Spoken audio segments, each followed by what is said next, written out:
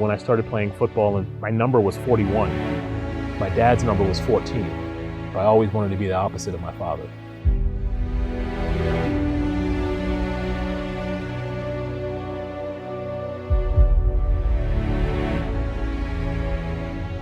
At that point, we lost everything. We lost our home.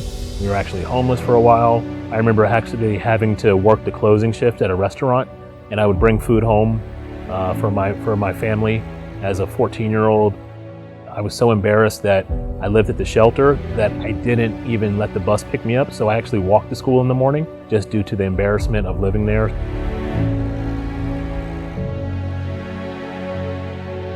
I almost resented him because, he had went off and got remarried and had a really great life, so there was that feeling of abandonment.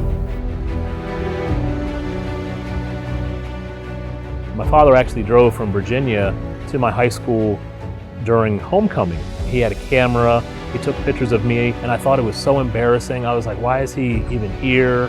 I knew that he wanted to be a part of my life at that point, but I never wanted to reach out because I felt like it was my job to protect my mom. And I felt if I had reached out and started this relationship with my father, he would hold that against my mom in some strange way.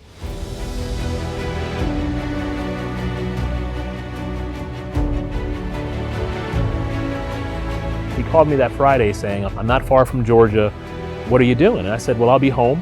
How about you come by and visit? I felt that moment, something just came over me to say, have him stay here. Open your heart, open your doors, treat him like he's your father. So this was the first time that I actually ever had him intentionally to stay in our home. That date was June 26, 2015, that I opened up and opened my home and opened my heart to have him be here. He literally sat right here. We had a beautiful talk, and we actually were the first time able to talk about forgiveness. And I understand as a father now how he must have felt. I told him I understood where his intentions were, and I don't hold any grudges towards you, and I hope that in the future we can become closer and I can be the son and you can be the father that we wanted to fight for all these years. I opened my heart completely and said, I forgive you, I love you, I understand you, and that's the moment the peace came. And that night, and I remember having to help him up to his room to sleep, and I remember him holding my arm and clutching to it. And so I literally had to help him up the steps. I remember sitting him in the bed. I believe it was the first time I ever gave him a kiss to go to bed. I gave him a kiss on his forehead, said, I love you, Dad. And that was the last thing that I got to say to him.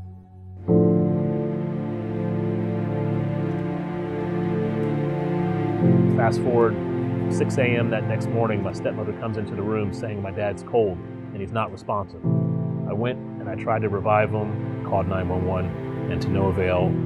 They took him to the hospital and he was pronounced dead on arrival. And I just feel like that moment I was able to get with my father before he left this earth was something that God provided us to be able to bring closure. I almost felt like God gave us that opportunity to connect and forgive. There was so much time where I spent fighting him and not loving him or not accepting or forgiving that I wasted a lot of years. And unless you forgive, you just can chain yourself down to that, and it completely can destroy you from the inside out. The moment when you can forgive somebody, you could actually start living completely free, with no restraints, no chains holding you down. During that hard time when we lost everything, all my baby pictures were lost. And then later in life, I found out that my dad had actually been saving so many photos, and those are really the only baby pictures that I had of myself that I actually received later in life from him. So that really has given me a piece of my childhood back, and had no idea that he was saving all those pictures all those years. I am so thankful that I had the chance to be a father, because I can look at it with such a different lens of what to do, what not to do, my hopes, my aspirations, my goals. I can do and be the father that I've always wanted, I can be the father that I dreamt of being. I feel closer to him than I ever have in my life. I feel like he's still sitting here. I feel like I talk to him every day. I see him every day. All right, I love you, Dad.